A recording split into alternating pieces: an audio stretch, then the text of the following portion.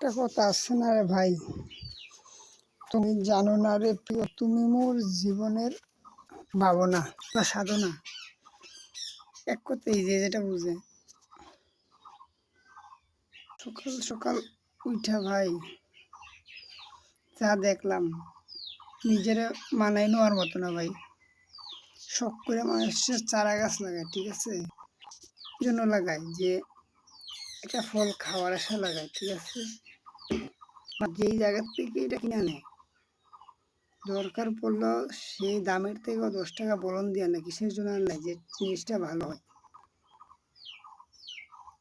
তারপরেও যদি যে বিক্রেতা বিক্রি করে আর যে কিনে আনে, তার ভিতরে তার একটা মহব্বত তাহার দরকার। টাকা তো বড় জিনিস না, যে নিচ্ছে সে কিন্তু অনেক শখ করে নিচ্ছে জিনিসটা। তেমন এরকম ভাই, সকালবেলা আমার একটা শখের জিনিস কিনে আনছিলাম, কিনা বড় কথা না, টাকা বড় কথা না। আমি ভাইজানকে বলছি যে ভাই জিনিস ভালো দিবেন ভাই, 10 টাকা 15 টাকা নষ্ট ভাই, আমার খুব শখের জিনিস। তাও আমি 3 মাস অপেক্ষা করে এই জিনিসটা আনছি। ভাই বলছে কোনো সমস্যা না, এটা আমার বাসার, তুমি নিতে পারো নেওয়ার পর। ভাই যেদিন আনছি সেদিনেই দেখেন, যেদিন আনছি সেদিন মারা গেছে একটা। আর আজকে আজকে আপনার আনছি শুক্রবারে সকালে এই আনছি, আর আনতে রাইত হয়েছে। শনিবারে মারা গেছে একটা, আজকে কি আজকে মারা গেছে একটা।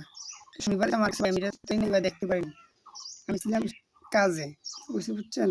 আর আজকে মারা গেছে, এটার দেওয়ার এটি মানে না যে ভিউজ কামানো বা আমি মানুষকে দেখানো, তা না। আমার তো হচ্ছে আপনারা শখের জিনিস পালবেন, তো ভালো মানের বা ভালো জিনিস, ভালো চীনা পরিচিত জানা মানুষ থেকে কিনে নেবেন, তাহলে আপনার জন্য ভালো হয়।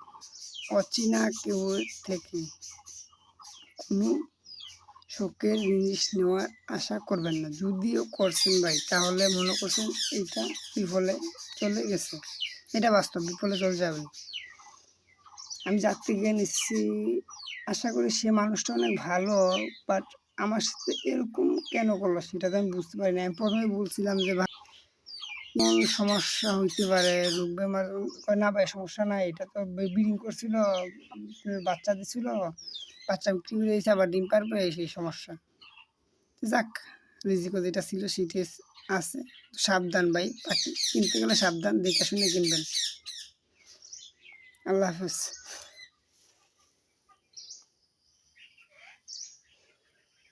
এই যে দুনিয়া কিসের লাগিয়া